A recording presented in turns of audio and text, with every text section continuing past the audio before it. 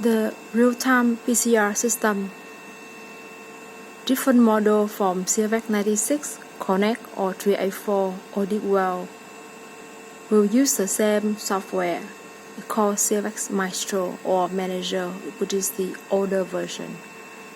For this machine, the power switch will be at the back, as shown here, right here, and it's connected to the computer using the USB cable.